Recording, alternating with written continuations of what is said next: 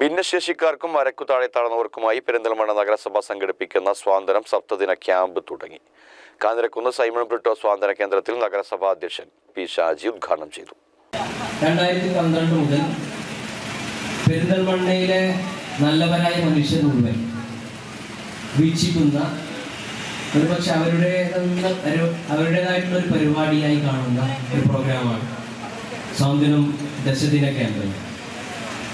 2012 മുതൽ കഴിഞ്ഞ 8 തവണകളിലായി നടത്തി. പിന്നെ നമ്മുടെ നാടിനെ ആകെ ബാധിച്ച കോവിഡിന്റെ പശ്ചാത്തലത്തിൽ വെക്കേണ്ടി വന്ന ഒരു ക്യാമ്പാണ് സ്വാതന്ത്ര്യം ദശദിന ക്യാമ്പ്. നമ്മൾ ക്യാമ്പ് നിർത്തിവെക്കാൻ നഗരസഭയ്ക്കോ അത് തുടരാതിരിക്കാനോ കഴിയാത്ത അവസ്ഥയ്ക്ക് നമുക്കുണ്ട്. പക്ഷെ ആരോഗ്യ വകുപ്പിന്റെ പ്രത്യേക നിർദ്ദേശപ്രകാരമാണ് ക്യാമ്പ് ആ ആലോചനയിലേക്ക് നമുക്ക് പോകാൻ പറ്റാതെ ഇരുന്നത്. നഗരസഭാ ഉപാധ്യക്ഷ എൻ നസീറ അധ്യക്ഷയായി.